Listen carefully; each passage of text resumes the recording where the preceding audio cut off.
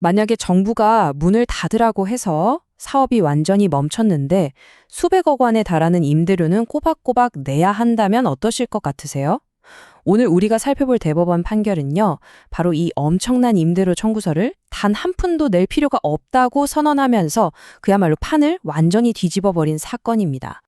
자, 이 소송에 걸려있던 금액 무려 188억 원입니다. 팬데믹 기간 동안 텅 비어버린 공항에 발이 묶였던 한 면세점이 이미 냈던 임대료를 돌려받기 위해 시작했던 정말 기나긴 싸움의 규모죠. 이게 그냥 어느 대기업만의 이야기라고 생각하시면 안 됩니다. 이 판결에 담긴 핵심 원리는요, 바로 여러분의 사업장 계약, 더 나아가 우리가 살면서 맺는 모든 계약의 규칙을 바꿀 수 있는 아주 강력한 힘을 가졌거든요. 그 비밀을 지금부터 하나씩 파헤쳐 보겠습니다. 이 판결을 제대로 이해하려면 몇 가지 단계를 좀 밟아봐야 하는데요. 먼저 텅 빈 공항에서 시작된 임대료 폭탄 사태부터 시작해서요. 1심과 2심 판결은 왜 달랐는지, 그리고 대법원이 꺼내든 결정적인 카드는 뭐였는지 차근차근 따라가 보겠습니다. 그 다음엔 이 판결이 우리한테 어떤 의미가 있는지, 시장에는 또 어떤 영향을 줄지, 그리고 제일 중요한 거죠, 여러분의 계약을 지켜줄 세 줄 요약까지 전부 알려드릴게요. 자, 그럼 사건 속으로 한번 들어가 보시죠. 때는 2020년, 팬데믹이 터지기 전까지만 해도 공항은 여행객들로 발 디딜 틈이 없었고 면세점 사업은 그야말로 황금알을 낳는 거위였습니다. 하지만 정말 순식간에 모든 것이 멈춰섰습니다.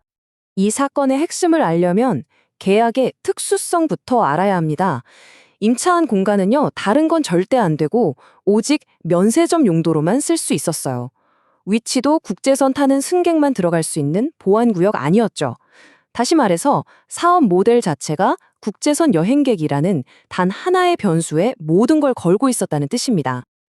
위기는 정말 눈 깜짝할 사이에 닥쳤습니다.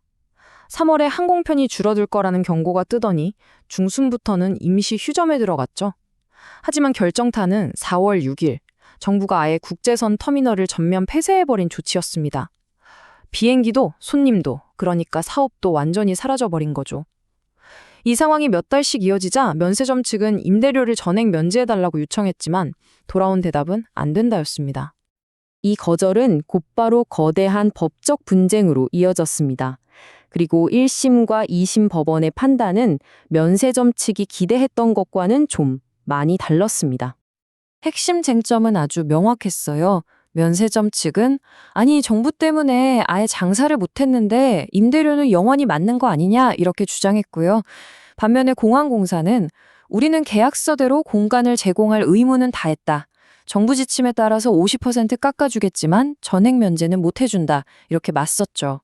결국 전 세계적인 재난의 위험을 과연 누가 부담해야 하는가? 이 근본적인 질문이었습니다. 1심과 2심 법원들은 일종의 타협점을 찾으려고 했던 것 같아요. 서울고등법원은 임대료의 70%를 감면하라고 판결했거든요. 어떻게 보면 합리적인 절충안처럼 보이기도 하죠. 하지만 근본적인 질문에는 답하지 못했습니다. 계약서에 적힌 유일한 목적으로 공간을 아예 쓸 수가 없게 됐는데 과연 단 10원이라도 돈을 내는 게 맞는 걸까요? 바로 이 질문이 사건의 심장부입니다. 내 잘못이 하나도 없는 외부 요인 때문에 내 사업이 완전히 마비가 됐는데 남아있는 저 30%의 임대료를 내는 게 과연 공정한 걸까요? 면세점 측은 아니라고 생각했고 이 사건을 결국 대법원까지 가져갔습니다. 자, 이제 대법원으로 무대가 옮겨집니다. 대법원은 이 사건의 판도를 완전히 뒤집을 아주 중요한 법 원칙 하나를 꺼내들었습니다. 그 카드의 이름은 바로 채무자 위험 부담 원칙이었습니다. 이름은 좀 어렵죠. 근데 개념은 정말 간단합니다. 예를 들어서 태풍 때문에 콘서트가 취소됐는데 제가 환불 불가 티켓을 샀다고 해볼게요. 그럼 주최 측이 제 돈을 그냥 가져도 될까요? 이 원칙은 아니오라고 말합니다. 태풍이나 팬데믹처럼 누구의 잘못도 아닌 이유로 계약 이행이 불가능해지면 양쪽의 의무가 공평하게 모두 사라진다는 겁니다. 저는 콘서트를 못 보고 주최 측은 제 돈을 받지 못하는 거죠. 대법원은 이 원칙을 아주 명쾌한 4단계 논리로 풀어냈습니다. 첫째, 임대인의 의무를 새롭게 봤어요. 그냥 공간만 빌려주는 게 아니라 면세점으로 사용 가능한 상태로 제공할 의무가 핵심이라고 본 겁니다. 둘째, 정부 폐쇄 조치로 계약의 목적 자체가 불가능해졌다고 판단했죠. 셋째, 이 팬데믹은 임대인이든 임차인이든 누구의 잘못도 아니었습니다. 자, 그럼 넷째, 결론은 명확해지죠.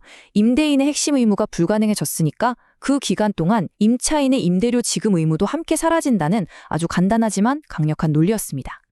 대법원의 판결문은 단호했습니다. 공항 폐쇄로 면세점 영업이 원천적으로 불가능하게 된 이상 사회통념상 이행불능이라고 평가할 수 있다. 여기서 사회통념상이라는 말이 중요해요.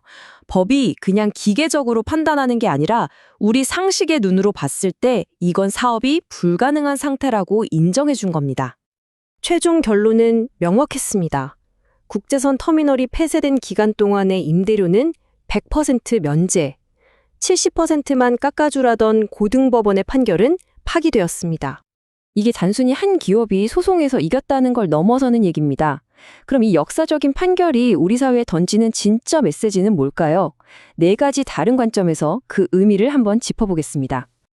먼저 우리 같은 일반 국민에게는요, 딱딱하게만 보였던 계약법도 이런 거대한 위기 속에서는 유연하고 공정한 해결책이 될 수 있다는 희망을 줬습니다. 그리고 사업하시는 분들, 이게 정말 중요합니다. 계약서에 있는 사용 목적이라는 조항이 그냥 써놓는 문구가 아니라 법적으로 아주 강력한 효력을 갖는 핵심이라는 걸 다시 한번 확인시켜줬죠. 법조인들은 앞으로 비슷한 재난 상황에 적용할 강력한 기준을 얻었고요.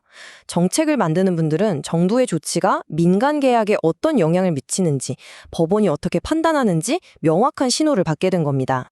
이 판결 하나가 일으킨 파도는 공항 담장을 넘어서 훨씬 더 넓은 시장 전체로 퍼져나가게 될 겁니다. 어떤 효과가 있을지 한번 살펴보죠. 가장 먼저 이 판결은 다음 팬데믹이나 국가 재난이 닥쳤을 때 아주 중요한 법적 기준이 될 거예요. 또 이제 모든 사업자들이 계약서에 있는 불가항력 조항을 다시 들여다보게 만들 겁니다. 이제 이 조항은 훨씬 더 구체적이고 명확해져야만 하겠죠. 건물을 빌려주는 임대인들도 특정 목적으로만 빌려줄 때의 위험을 다시 계산하게 될 거고요.